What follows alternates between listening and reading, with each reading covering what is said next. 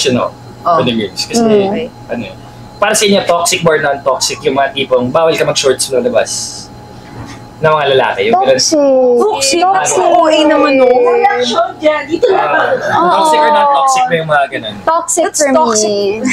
Toxic yun. Toxic, okay. Okay. Kasi so many say yan eh. Well, playing ano lang naman ako eh. Siguro anything naman na kinokontrol mo yung isang tao, toxic na kagad. Yes. Okay, okay. Pag nagde-decide ka na para sa kanila. Well, okay lang naman yung pag in a nice way mo sasabihin and there's a valid reason with what you want to happen, diba? Oh, yeah. Like parang, uy, wag ka muna mag-shorts kasi let's say, Pupunta tayo simbahan. Ganun. oo, like, para ka namang tanga, diba? Oo, wala kang respeto sa Diyos. Diba? Kita ko yung body of Christ. Oo, diba? Amen. Bigla kang luluhod eh, no? Gaganon ka. That's not, diba? Okay. So I think that's not toxic sa ganon. Pero yung pag for no reason In your at all. everyday life. Nanay, bakit ka? Nagpapanty lang ako sa condo eh. Walking around ganun eh, diba? Ano ba yun? Ngayon, alam mo lang lahat. Oh my gosh! Sorry! Alam na yun. Hindi naman nila alam saan ako nakatira. Eto. Any more behaviors that you think is toxic or non-toxic? Ako, toxic for me yung parang sobrang wala talagang pake sa'yo. Eh, malamang. Diba? Toxic naman talaga. Ay, may question ako. Hindi ko alam kung pwede. Hindi ko alam kung pwede. Sige, tanong mo. If yung partner mo nanonood ng porn, toxic ba yun? No! Hindi ko sabay kayo.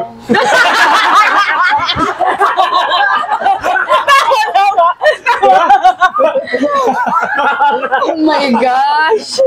Tama. But I don't know if toxic's the right word. Like, are you okay with that? Yes. Because okay. Yeah. Kasi okay. Okay, gets na namin. Hindi ko watch party ko yun. Screen share. Teleparty. Parang sabay. Naka-stream. Are you there? Oh my God.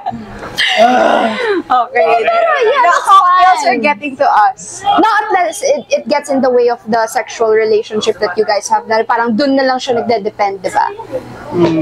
Toxic ba sa'yo na the porn? Ha? Hindi. Hindi toxic yan kasi di po ako toxic.